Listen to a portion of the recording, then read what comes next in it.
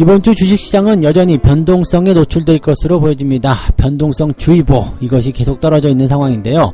자, 우크라이나 관련된 지정학적 리스크가 계속적으로 시장에 압박감을 줄 것이다 얘기가 나오고 있습니다. 조금 올라갈만 하다 싶기도 했었는데 지금 뭐 러시아 쪽에서는 별다른 반응은 없지만 미국 쪽에서는 계속해서 침공이 임박했다라고 얘기가 나오고 있죠. 자, 도대체 왜 그러는 건지 한번 알아봐야 될 것 같고요. 자, 또 한 가지는 금리에 대한 이야기들. 일단 제임스가 한 차례 지나갔기 때문에 이번 주부터 발표되는 내용들은 그래도 그나마 좀 낫지 않겠느냐 라는 생각 좀 해볼 수 있긴 하겠습니다만, 자, 어쨌건 이런 변동성에 대한 부분들이 노출되어 있다는 거 참고해 보시면 되겠습니다. 이 이야기 전달해 드리고요.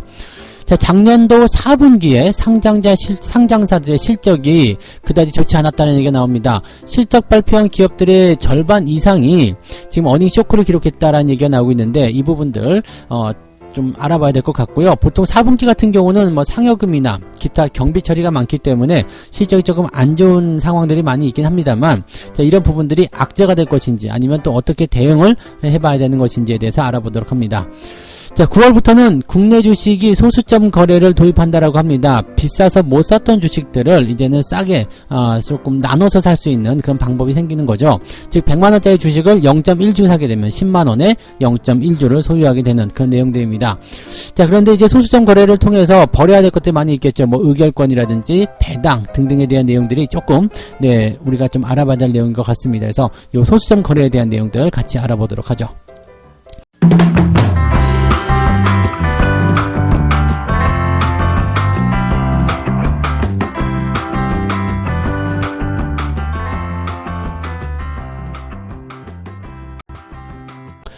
네, 반갑습니다. 오늘은 2월 21일 월요일입니다.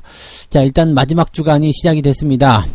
보통 이제 이쯤 되면은 월말 윈도우 드레싱이라든지 이런 것들 나오기가 쉬운데, 자, 시장이 여전히 좀 변동성이 나오는 그런 구간으로 들어가 있어서 답답하지 않겠나 생각해 봅니다. 그런데 시장에는 재료가 많지는 않습니다. 몇 가지로 압축해 볼 수가 있는데, 일단은 뭐 우크라이나 그리고 금리 요 두 가지밖에 없거든요. 그래서 그 내용들 하고요, 국내 주식들 어떻게 변화가 되는지 한번 알아보도록 하죠. 자, 우크라이나 관련한 이야기 먼저 좀 알아보면은요, 백악관에서 나오는 입장입니다. 바이든 대통령이 지금 18일이니까 우리나라는 19일입니다. 18일날 백악관 연설에서 수일 내에 러시아가 우크라이나를 공격할 것이다 라고 이야기를 하고 있고, 또 이것을 믿을 만한 충분한 이유를 가지고 있다 라고 얘기했다고 합니다. 근데 이게 너무 좀 웃기는 게요, 미국에서 자꾸 러시아가 침공할 거다, 침공함에 대비해야 된다라고 얘기하는데, 침공 당사자는 그렇지 않다, 나는 그럴 거 없다, 그렇지 않다라는 얘기를 지금 하고 있는 건데, 이거는 조금 애매한 부분이 생각됩니다. 네, 뭐 여러 언론에 대한 부분들은요, 뭐 피난민 유입에 대비해서 국경을 개방하고 있다, 뭐 자국 내 전쟁 대비 작업에 들어갔다, 뭐 등등의 이런 이야기들 하고 있긴 합니다만은, 글쎄요, 이런 부분들이 뭐 전쟁을 꼭 만들어내는 내용은 아닐 것 같은 생각이 좀 듭니다. 자, 친러시아 분리주의 반군, 이쪽과 지금 우크라이나 정부군 간의 또 교전이 계속 진행되고 있죠. 요것도 지금 계속 나오고 있다라는 부분이 있어서, 이 전쟁의 공포가 지금 뉴욕 증시의 투자 심리를 억누르고 있다라고 얘기가 되고 있는데, 자, 뉴욕 증시는 핑계거리 아주 좋은 걸 잘 잡은 것 같아요. 왜냐면은 다우지수와 나스닥 같은 경우가 일단은 조정을 한번 받아야 된다라는 어떤 평가를 받고 있었기 때문에, 지금 뭐 특별한 어떤 이슈, 뭐 긴축에도 떨지 않고, 뭐 금리 인상에도 떨지 않고, 뭐 아무것도 지금 떨어야 될 이유가 없었는데, 우크라이나 전쟁과 같은 부분들은 상당히 좀 투자 심리를 짓누르는 중요한 역할을 좀 할 수가 있겠잖아요. 그래서 아마도 이제 미국 정부 쪽에서는 이제 이런 핑계거리를 이용하여 주가를 조금 조정시키려는 움직임이 아니겠는가 생각되기도 하겠습니다. 미국 증시가 그동안 너무 올라갔다는 어떤 분석들이 있었기 때문에 이런 조정을 조금 받아들이는 것도 어떻게 본다라면은 시장을 좀 건강하게 하려는 그런 목적이지 않겠나 생각됩니다. 근데 아무리 그렇다고 해도 이렇게 당사자가 모르는 침공 뭐 이런 것들을 이야기하는 것은 조금 애매하지 않나 싶긴 합니다. 어쨌건 뭐 러시아 쪽에서는 계속 전쟁에 대한 부분들을 부인하고 있는 부분들이고요. 지난번에 외무장관이 그 얘기 한번 했었죠. 러시아 쪽에서 우리가 언제 침공해야 되는 겁니까? 좀 알려주시면 고맙겠습니다. 이런 얘기를 한번 했었었는데, 그런 상황이라고 보시면 될 것 같아요. 그러니까 계속 이제 말로 끝나는 거라면 별다른 걱정은 없지 않겠나 생각되기도 하고요. 또 이런 부분들은 뭐 역사적으로 볼 때도 지정학적 리스크가 뻥 터졌을 때 그다지 세계 경기에 영향을 주진 않았던 것 같습니다. 예전에 뭐 이라크 걸프전 이럴 때도요, 전쟁이 일어나기 전에는 굉장히 좀 긴장감이 컸었는데 전쟁이 빵 터지고 나서부터는 주가가 오히려 상승하기 시작했죠. 그러니까 뭐 악재 해소에 대한 부분을 보셔야 되는 것도 거치지 않겠나 생각되기도 하겠고요. 뭐 전면전 들어갈 일은 거의 없기 때문에 여기에 대한 부분들은 어느 날 갑자기 사그라지게 될 것이다 보시면 되겠습니다. 금리에 대한 부분은 보죠. 제임스가 이제 지난주 초까지 해가지고 계속해서 이제 금리에 대한 어떤 압박감을 계속 이야기했습니다. 3월 금리를 0.5% 정도 인상해야 된다. 난 이렇게 해야 될 것이다. 그리고 공격적인 신축을 해야 된다. 뭐 이런 얘기 나오면서 뭐 지금 JP모건 같은 경우에서는 연준이 금리를 7차례 올릴 것이다. 뭐 이런 전망을 하기도 했었고요. 그 다음에 뱅크 오브 아메리카도 7차례 금리 인상 이런 것도 예상하기도 하면서 이제 시중에 이제 은행들이 금리 인상을 7번 정도 할 것이다 라고 연망을 하기도 합니다.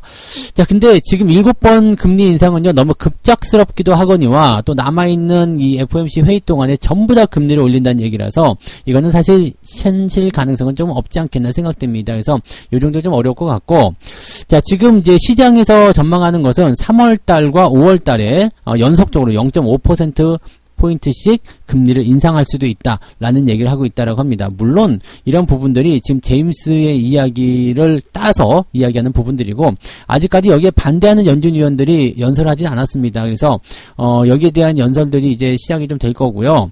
그 다음에 일부라고 하지만 이제 다수의 위원들이죠. 자, 이 사람들은 0.25씩 금리를 인상하되 그것도 속도를 좀 천천히 가자라는 얘기를 하고 있는 부분이기도 합니다.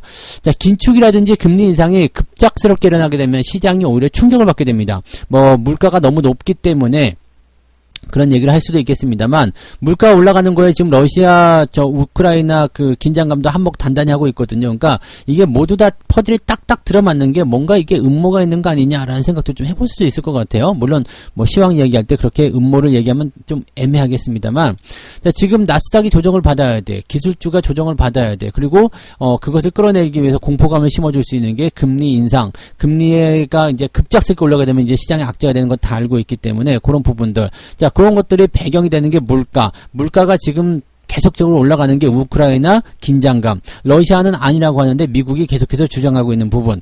자, 이런 것들 다 살펴보게 된다라면, 야, 이거 뭐 약간, 뭔가 이제, 그 노림수가 있는 거 아니냐, 이런 생각을 좀 해볼 수도 있는 내용이 아닐까 생각됩니다. 자, 어쨌건 금리 인상에 대한 부분들은요, 시장에 충격을 주면 안 되기 때문에요.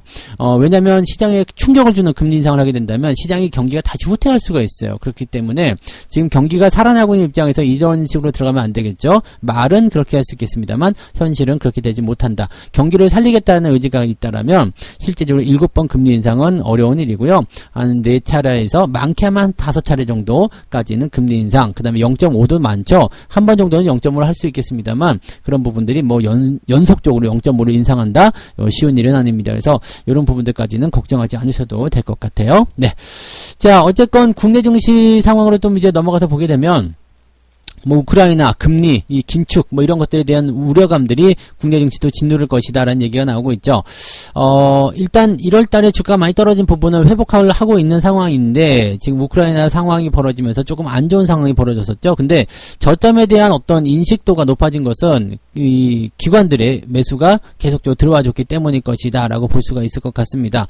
주가가 떨어지는 어떤 악재를 가지고 있다라고 하더라도 우리 증시는 상당히 많은 부분들을 시장에 반영해 놨기 때문에 실질적으로 이제 주가가 저점에서부터 올라가는 것에 대한 그런 거부감은 없을 거라 생각합니다. 그리고 뭐 미국 증시가 뭐 저것을 통해 가지고 떨어졌다라고 하더라도 우리나라도 지금 선제적으로 금리 올려놓은 게 있고요. 그래서 아직은 여유가 좀 있다 보시면 되겠죠. 아래쪽 수급만 들어오게 된다면 큰 문제는 없을 것이다라고 보시면 되겠습니다. 그리고 앞서서 말씀드렸듯이 뭐 우크라이나 상황에 대한 이런 어떤 지정학적 리스크 이런 것들은 이런 공포감이 커져 있을 때, 그럴 때만 약간 부담감을 주는 것이지, 그 외적인 부분에서 큰 어떤 부담으로 작용하지는 않는다라고 생각하시는 게 일단 맞을 거예요. 그래서 그 정도 생각을 해주시면 좋을 것 같습니다. 그래서 증권사에서는요, 이번 주 코스피 범위를 2650에서 2830으로 제시를 했다라고 되어 있는데, 약간 보수적으로 제시하고 있죠? 자, 이렇게 보수적으로 제시하게 되면 대체적으로 주가가 좀 올라가더라라는, 과거의 어떤 사례 사례들을 살펴봤을 때 아마 이번 주에 2,800 넘겨서 2,900 한번 터치해주지 않을까라는 생각도 한번 해보고요. 네, 이런 기대감을 좀 가져볼 필요가 있겠죠. 자, 어쨌든 해외적으로는 세계적으로 이제 변수가 많은 상황이긴 한데 너무 겁먹을 필요 없고요. 주식이라는 것이 항상 걱정의 벽을 타고 올라가는 것이기 때문에 이번에는 그런 부분들 한번 믿어보자, 이렇게 말씀드릴 수도 있겠습니다. 자, 두 번째 이야기 넘어가도록 하죠. 자, 작년도 4분기에 상장사들의 실적이 암울했다. 절반 이상이 어닝 쇼크를 기록했다. 이런 얘기가 나오는데, 자, 실적 발표한 주요 상장사 중에 절반 이상이 어닝 쇼크 수준의 부진한 성과를 냈다라고 되어 있습니다.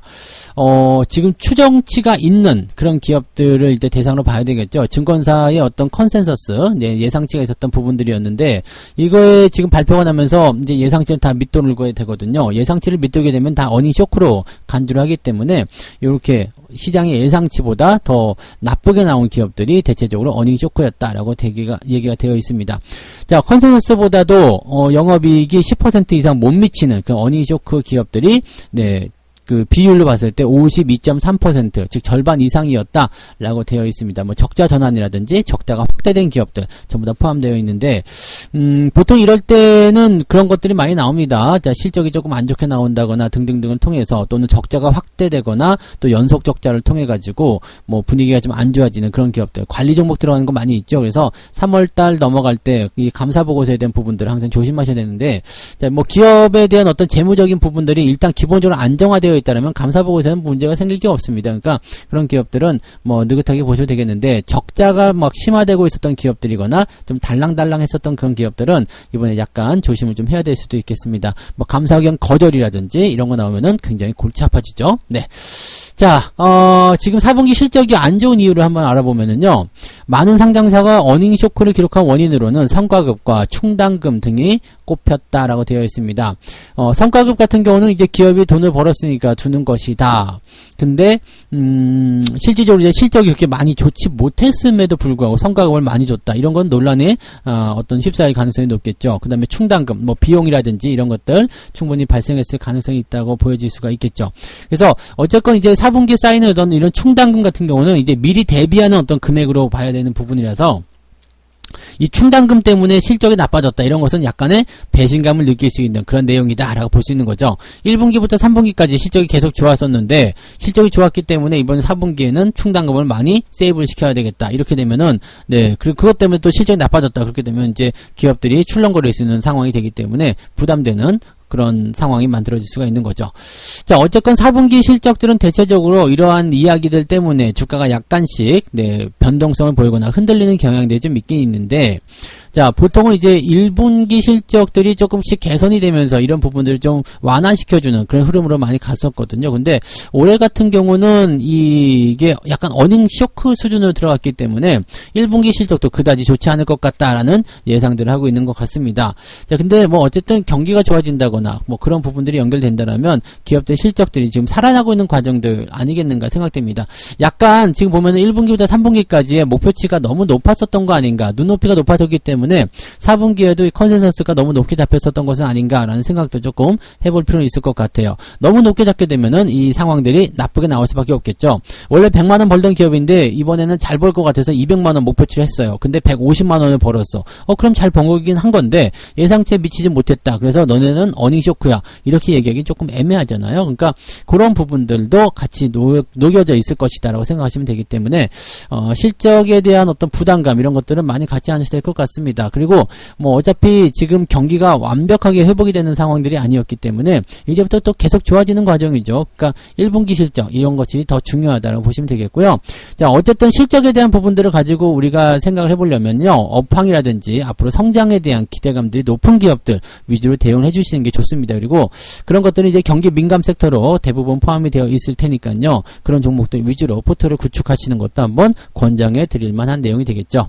뭐 지금 근데 게임주들 게임주들 같은 경우가 이게 조금 문제가 좀 된 게 많아요. 게임주 같은 경우는 지금 뭐 크래프톤이나 NC소프트 이런 것들 전부 다 지금 실적이 안 좋게 떨어졌고 위메이드도 마찬가지죠. 그래서 이런 기업들이 주가가 많이 떨어지게 되면서 그동안 올라갔었던 그런 그 주가가 상당한 부담으로 작용되고 있다라는 것도 참고해 보실 필요 있겠습니다. 그래서 자, 실적이 일단은 나쁘게 나오는 기업들과 좋게 나오는 기업들, 또 여기서 이제 업황이 좋아질 기업들과 또 주가가 많이 올라간 기업들, 이런 것들을 세분화해서 여러분들이 나눠 봐야 되겠다라는 얘기를 또 해볼 수 있겠습니다. 어쨌건 평균적으로 4분기의 실적은 별로 좋지 않지만 그런 거에 대한 내용들을 주가가 충분히 반영을 하고 있는지 그 여부를 생각해 볼 필요는 있겠습니다. 자, 세 번째 이야기 넘어갑니다. 자, 소수점, 네, 거래가 된다라는 얘기인데, 0.1주 단위로 사게 된다는 얘기죠. 그러니까 10분의 1로 쪼개가지고 산다. 이렇게 되어 있습니다. 이게 9월부터 진행이 되는데요. 지금 증권사들이 이제 대부분 다 하기로 했죠. 그래서 증권사에서 다 하기 때문에 웬만한 증권사에는 다 소수점 거래가 가능하게 될 겁니다. 한 주가 아닌 0.1주를 사게 된다라는 얘기인데, 지금 뭐 100만원이니까 너무 비쌌어요. 200만원 너무 비쌌어요. 그러면 0.1주를 사게 되면 10만원, 20만원어치만 살 수 있기 때문에 그렇게 된다면 나쁘지 않겠죠. 그러니까 요런 소수점 거래가 허용이 된다라면 충분히 또 많은 자금들을 끌어당길 수 있는 상황이 좀 될 수 있겠죠. 소액 투자자분들 같은 경우는 100만원짜리 사라 그러면 좀 힘들어해요. 또 50만원, 30만원 이런 거 가격 좀 비싼 것들 이런 것들 못 사거든요. 근데 30만원짜리는 지금 소수점 거래를 하게 되면은 3만원에 매수할 수 있기 때문에 요 정도면 괜찮지 않냐라고 될 수가 있는 거겠죠. 그러니까 주식을 이렇게 나눠서 매수하게 되면 일단은 투자자들의 자금을 끌어당길 수 있는 중요한 상황이 좀 되는 거고요. 지금 9월부터 한다고 했는데 9월부터 하게 된다면 이게 성과를 좀 만들어내려면 주가가 좀 상승하는 그 상황이 좀 돼야 되거든요. 하락한 상태에서는 소수점이 아니라 그 뭐라고 하더라도 안 들어옵니다. 그러니까 주가가 상승하고 있을 때 비싼 주식을 사고 싶은데 못 사. 계속해서 올라가. 그러면 어떻게 해야죠? 이걸 소수점으로 사서 보유를 하고 싶은 생각이 들 거 아니에요. 0.1주라도 사야 되겠다 생각 들 거 아닙니까? 그러니까 주가가 이렇게 된다면 뭐 하반기 시점으로 해서 또 9월 전부터 주가가 상승을 해주는 상황이 일어나야 된다는 얘기가 되겠죠.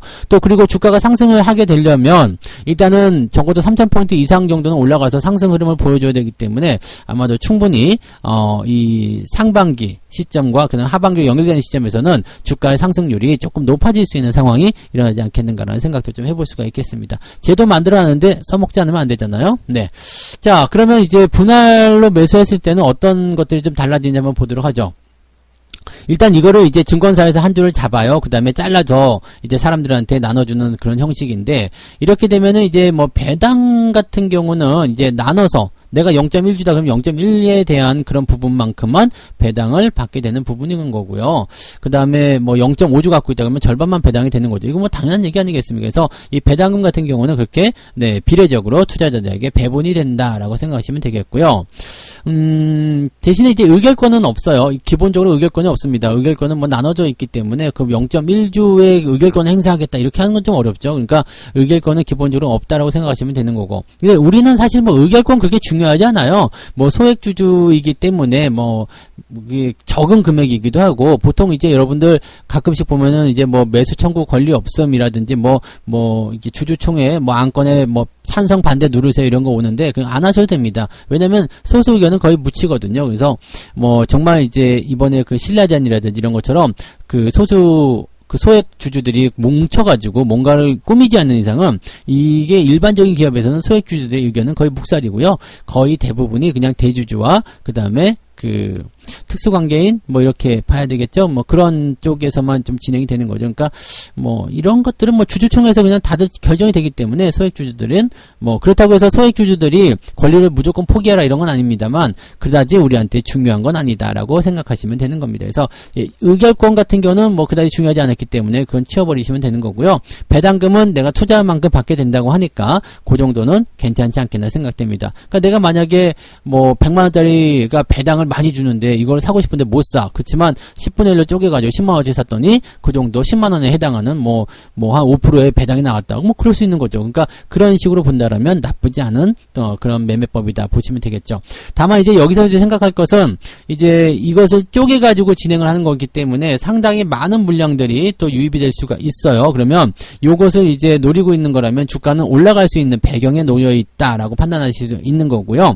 또 반대로 생각하면 또 약간 무거워질 수 있는 종목들이 많이 등장할 수 있다는 얘기죠. 삼성전자가 250만원에서 50대1 액면 분할을 칠 때도 그렇게 상당히 무거워서 상당히 오랫동안 고생했던 것을 생각해 본다라면 그런 부분들이 나타날 수 있다는 것을 참고하셔야 될 것 같습니다.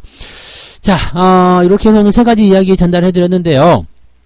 이번 주는 여전히 변동성에 대한 주의보가 있다. 그래서 뭐 우크라이나와 금리에 대한 어떤 부담감도 계속 있으니까 거기에 대한 내용들을 참고하시고 대응하시는 게 맞겠고요. 다만 이제 증권사에서 전망치를 조금 낮게 보수적으로 잡았기 때문에 보통 증권사에서 그렇게 낮게 보수적으로 잡으면 주가가 좀 올라가는 경향이 있더라는 것을 참고해 보실 필요가 있겠고 윈도우 드레싱도 한번 기대해 볼 만한 그런 주간이 아닌가 생각됩니다. 자, 4분기 상장사 실적이 굉장히 안 좋게 나와서 어닝 쇼크다라고 얘기가 되어 있는데 뭐 1분기부터 3분기까지 실적이 너무 좋았던 것도 좀 그렇고 이번에는 뭐 상여금이나 또는 성과금 또는 이제 그 충당금 등등에 대한 어떤 비용 처리가 많기 때문에 보통 4분기는 실적이 별로 안 좋다라는 부분들을 생각하시면 되겠습니다. 다만 기업들의 실적이 4분기를 이어서 1분기까지도 안 좋으면 문제가 될 수가 있겠죠. 그러니까 그 내용들은 이제 업황이라든지 등등을 보고서 대응하시면 되고요. 경기 민감 섹터에서는 큰 문제는 없을 거라 보시면 되겠습니다. 국내 주식이 9월부터 소수점 거래가 도입을 하게 되는데 이렇게 되면 이제 긍정적인 효과는 뭐 투자 심리 쪽에서 많은 물량이 들어올 수 있다는 부분들이 생각할 수 있겠고요. 대신에 이렇게 많은 물량이 들어올 수 있는 배경이 되려면 시장이 어느 정도 올라가야 될 것이다. 그래서 제도적으로 이런 것들이 성공을 했다라는 어떤 평가를 받으려면 시장이 적어도 3,000포인트 이상은 올라가 있어야 된다라는 거, 또 추세가 계속 좋아져야 된다는 거, 그 부분들을 생각하셔야 되겠습니다. 그러니까 뭐 지금 보면은 뭐 우리한테 나쁠 건 없는 그런 제도가 아니겠는가 생각되니까요. 그런 정도 생각하시면 되겠고요. 의결권은 없는 대신에 배당금은 비례적으로 돌려준다라고 보시면 되겠습니다. 자, 책 한 콕 읽고 마무리하도록 합니다. 조직의 최고 위기는 준비되지 않은 사람이 최고의 자리에 오르는 것이다. 자, 이거 저기 그 서울역 근처 화장실 가면은 딱 붙어 있습니다. 그래서 그쪽에서 본 명언 중에 하나인데 이거 딱 보면 주식 생각나죠? 준비되지 않은 부실주가 고평가가 돼버리면 당연히 내려올 수밖에 없다. 그거는 그 기업의 상당한 위험 요소가 된다라는 겁니다. 그래서 생각하지 않은 그 고평가가 된다라면 그 부분에 대한 것들은 반드시 여러분들이 경계해야 된다는 것을 잊으시면 안 되겠습니다.